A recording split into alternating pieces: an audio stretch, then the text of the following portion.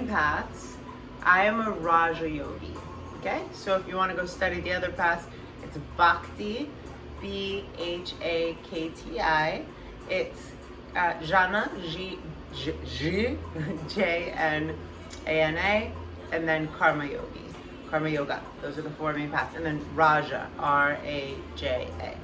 So I'm a Raja Yogi, and my great uncle Patanjali, I'm just kidding, this guy Patanjali wrote something called the Yoga Sutras about 2,000 to 3,000 years ago. The language of yoga is Sanskrit. Incidentally, it's also the oldest language that we know of. I mean, there's a caucus that says, not Armenian, the language that's in that Mel Gibson movie about Passion of the Christ. It's not Armenian, is it? Aramaic.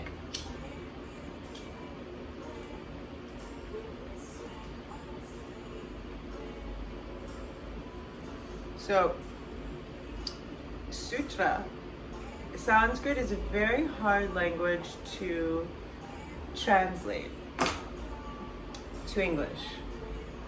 Like many languages, you give a feeling, you know? Like, I love those conversations with people. I have them all the time where you're like, for example, so the ultimate goal of all four paths, just before I move forward actually, is Samadhi, which is freedom. That is the understanding on every level, the digestion and manifestation of the knowing that you're everything and nothing, that you are, that I am this table, this floor, one with all. Ultimate bliss. So we're all on these different paths working towards becoming free, right? We're just doing it in different ways. Sutra is a thread. So literally the line,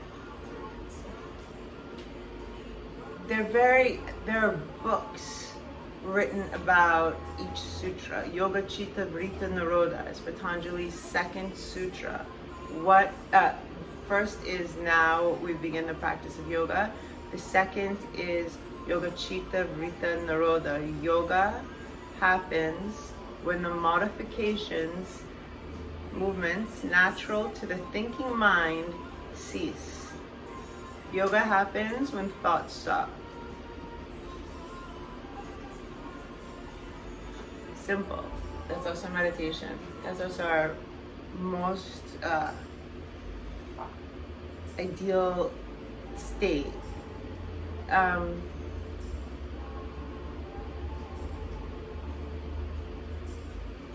He only wrote one sutra about, out of 152, I believe, or 154, one about the physical aspects of yoga.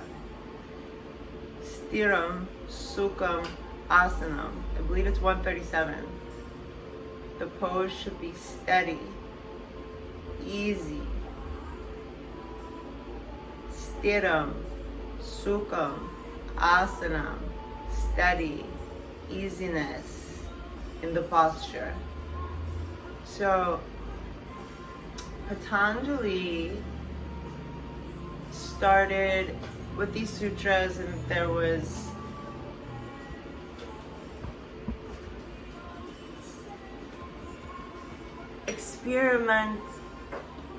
experimentation, do I want to say, or I don't know, I imagine humans have been doing this kind of stuff forever. With these guys in India, we're meditating for hours and hours a day. Krishnamacharya, so let's go forward 1,000 years or so. So Krishnamacharya is this guy, and these other yogis are out finding sacred texts, or the way that one of my teachers explained it to me in one of my trainings, which I loved and I used, was that because yogis are sitting for so many hours completely still, the postures, and it's funny how it got switched up, the postures were not designed, yes, to take care of the body, but mostly, and my very spiritual teacher said, so the body would shut the fuck up while the yogis are trying to meditate. But basically, yeah, so you're not like, my hips sore, my shoulders aching. The system of yoga, the asanas, Ashtanga, Vinyasa, was a system developed for 12-year-old boys, which is anatomically speaking, making it available anatomically speaking to very few people, the gymnasts, ballerinas, and such.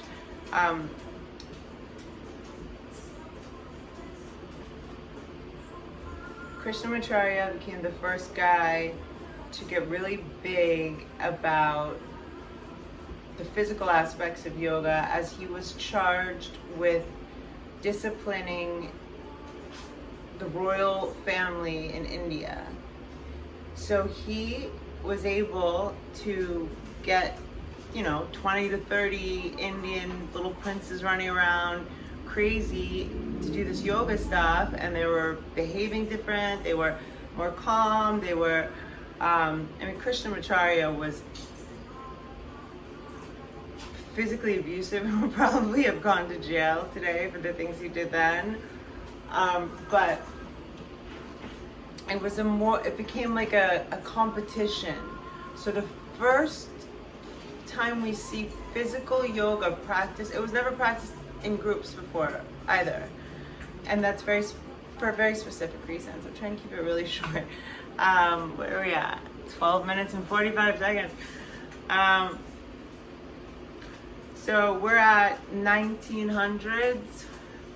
What's the Maharishi? Is that the guy that is like there's a video that you can look up on YouTube. Krishnamacharya, Krishnamacharya, a godlike man. So he had these, almost like we see gymnastics in Winter Olympics. It would look like this. Sweetheart, can you not do that right now? Handi, come here. Thank you. Could you sit, please? Could you sit? Okay, thanks. He was intense. These boys, I think it was the asana and the yoga, but I think it was also severe beatings that they endured at the hands and apparently sticks and feet of Krishnamacharya.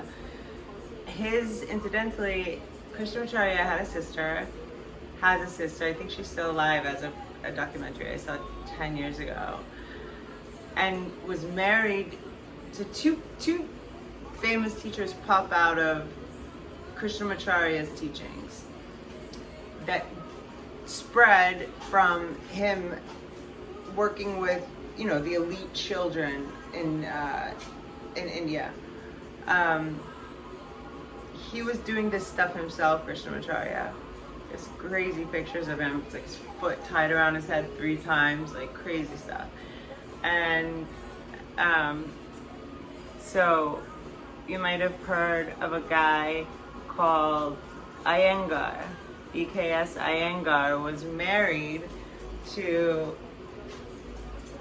Krishnamacharya's sister and became a student of Krishnamacharya. He escaped in the middle of the night.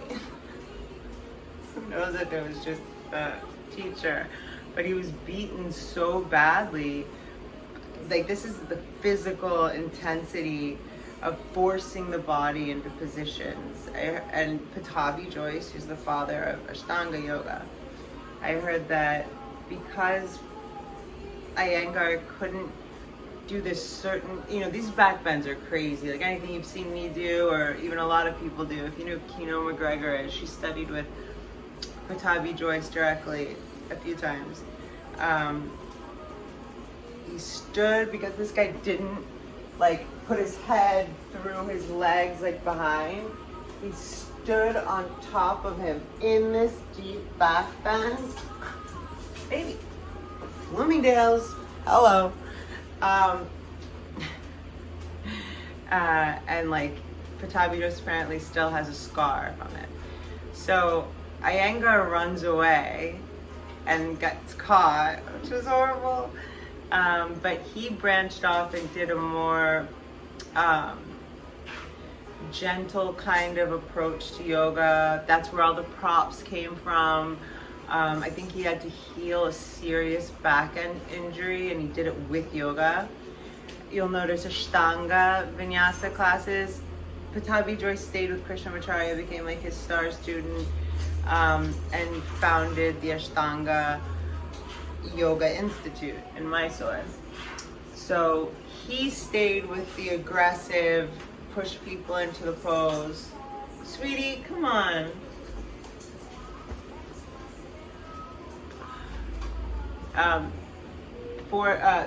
Force the body into the pose instead of making the pose work for the body. The latter is always where I've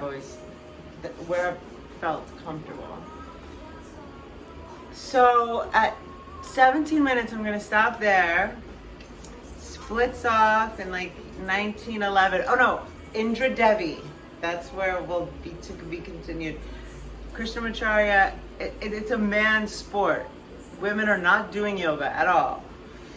It's funny how things end up. Indra Devi is this Russian chick, and she goes, I want to study, I want to learn, and I want to study with the best. I want to study with you. He said, no, you're a woman, I'm not teaching you. She said, I'm not taking no for an answer. He said, I don't really care. You're not going to be my student. And she said, fine, I'll go back to Russia. I will be your student. She goes back to Russia, comes back again, and she studies and studies, comes back again, and I guess impresses him in this way, and they became great friends. She brought yoga to Hollywood. She was teacher to Marilyn Monroe, all these other people. Okay, so more, or to be continued. Look, I rolled all these joints by myself. Are they all smokable? Maybe 2 or 3. But I did it. And I did it my way.